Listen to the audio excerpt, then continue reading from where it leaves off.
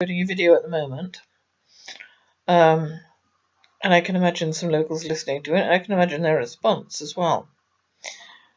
But as to everything I said, they can't deny the truth of it.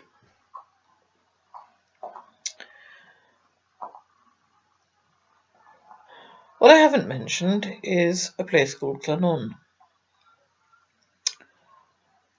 And I entered a guilty plea because technically I was indeed guilty. I can't remember, mind you, this is 2011. And by that time there was a long list of things recorded as crimes I'd committed, which in fact I hadn't. I don't know if that makes a difference or not, really.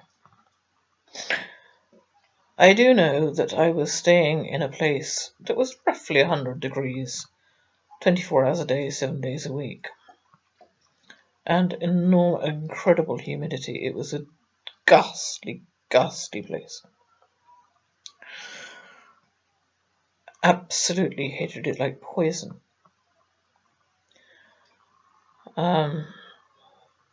It was made bearable only by getting out as soon as I could in the morning and getting back as late as I could at night. And by the fact that my poor dog suffered it with me. I actually feel dreadful about that now, because when I think about what that heat did to me, what it must have done to her with her thick fur, I dread to think. And in my defence, the woman who came after me, it was like a greenhouse. The tenant before me had grown tomatoes in the flat and then died. Well, strange enough, emphysema. I wouldn't put my worst enemy into a place without heating if they had a lung disease. Actually, I wouldn't put my worst enemy into a place without heating, even if they didn't have a lung disease. Anyway,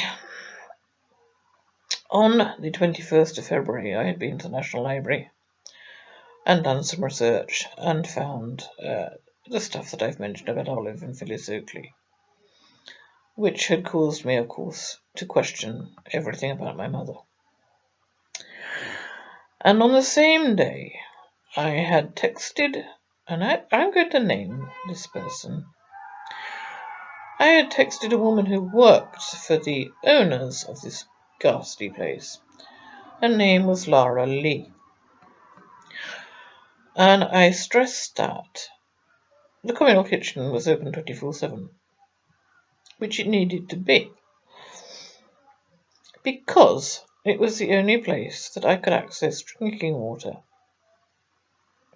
in this heat, which was just as high in August as it was in February. All year round. Absolutely maddening heat. And no chance of sleep. I never got more than 4 hours a night the whole time I was there. And that was sheer exhaustion. Okay. So I texted this woman and I said I am totally reliant on the communal kitchen for drinking water for my dog and for me. I got back at getting on for midnight, and the communal kitchen, which also had my food in it, and I was hungry, I hadn't eaten. The communal kitchen was locked with a notice on the door saying that it had been locked due to quote-unquote misuse. There was no doubt it was Lara Lee's response to my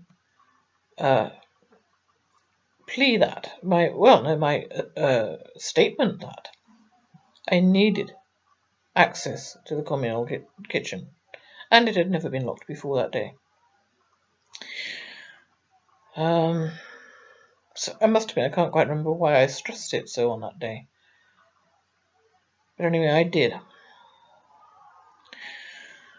I had been going to do what I always did do after a visit to the National Library. I had been going to transfer my notes to my laptop before going to bed.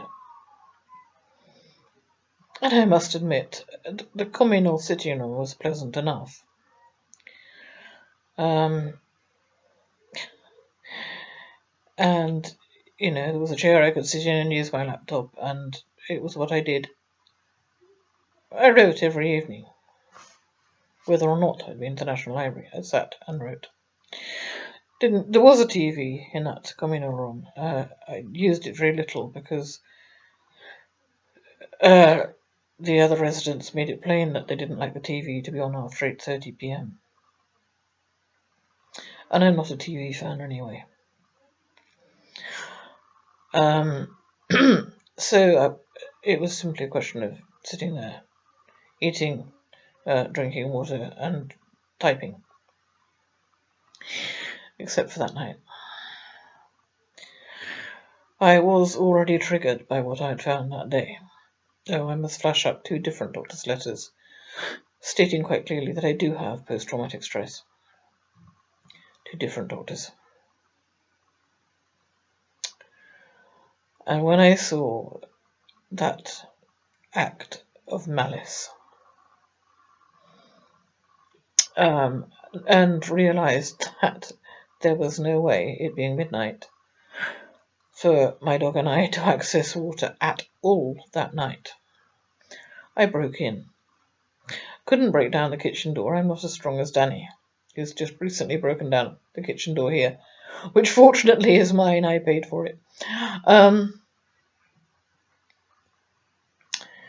I couldn't break down the kitchen door. I did try. There was a hatch, and I did break that.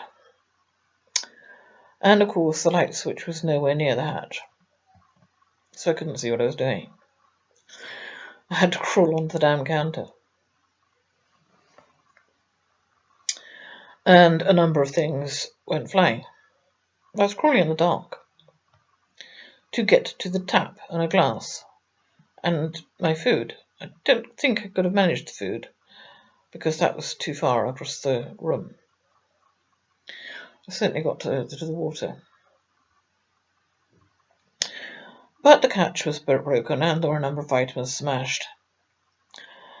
And yes, I did go round the loop. I also destroyed some jigsaw puzzles. Unfortunately, jigsaw puzzles resonated in a very, very bad way with my childhood.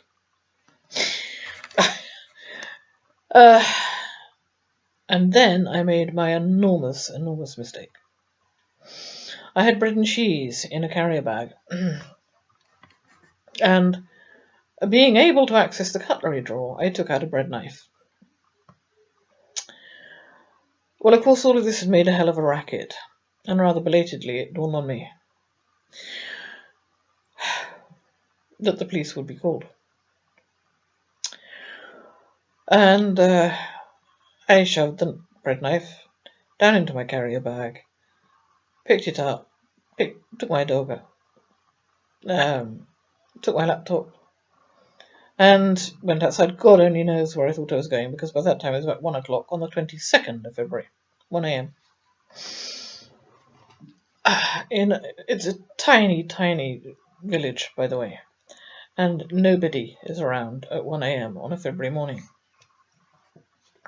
So any idea that I might have had some nefarious reason for having the bread knife in my bag was absolutely crazy right from the word go. So, yes, I did expect the police to be called. I must admit I did not expect what happened next. I got a few yards when they roared up and leapt out of the car, and a young policeman threatened to taser me. "Drop the bags," he said, "or I will taser you." Naturally, I dropped the bags, including one with my laptop in it.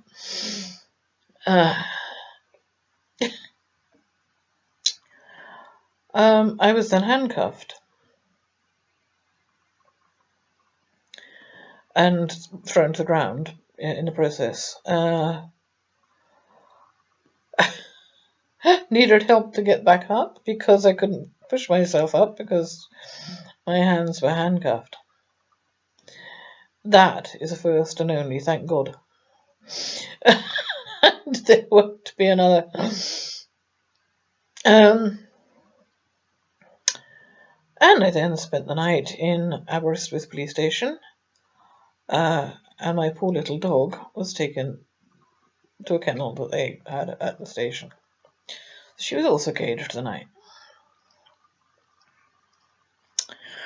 Well, of course, I was evicted, and if I'd had anywhere to go at that point in time, I would have been absolutely thrilled to be evicted.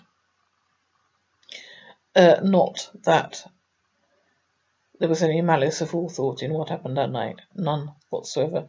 I had tried to get out of there legally, i.e. through a solicitor, who then informed me halfway through the proceedings, when I told him that the temperatures were way over legal limits, and he'd told me to get a thermometer to prove it. He then had to withdraw because at that point in time legal aid was withdrawn. And I am still not saying that because the legal method had failed, I deliberately did this. That is not what happened. I was doubly triggered.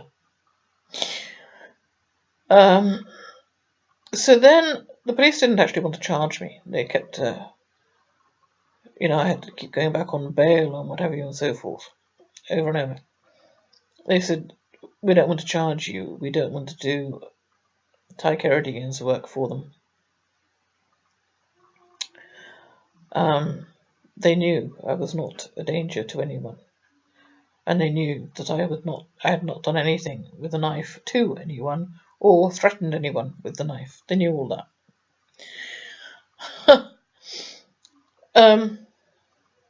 However, somebody must have insisted that they charge me, because eventually they did. And I had a solicitor course and court appointed kind of thing. And there seemed to be a little bit of debate about whether I was going to plead guilty or not. By this time, the charge was possession of a bladed article. And I said, well, I can't plead not guilty because I did have a bladed article. So I entered my guilty plea, and that was the end of that, pretty much. No, that was the end of that. I got... They don't call it probation anymore. A year, I think it was. Of whatever they do call it. And actually, it was an extremely helpful year because the probation officer was a really nice, helpful chap, who I think recognised that I am not a dangerous person. Possibly to inanimate objects, rather like Danny. I would certainly have broken out of the jail cell if I could. But of course they're not made that way. I'm claustrophobic. Frankly, the night in the jail cell was all the punishment that I ever needed. But not everyone thought so.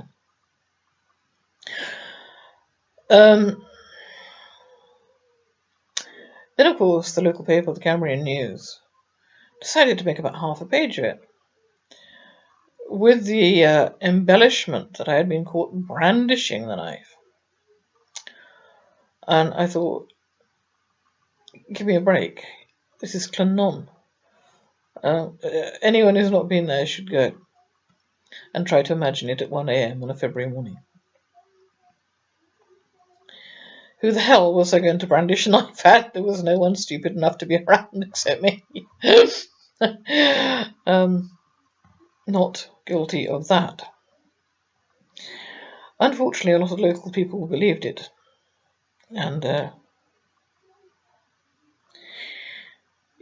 on that one, guilty under provocation, extreme provocation. It isn't funny because things were destroyed and some of the other tenants were frightened by the noise. So it's not funny, except that the idea of my brandishing a knife is damn well hilarious.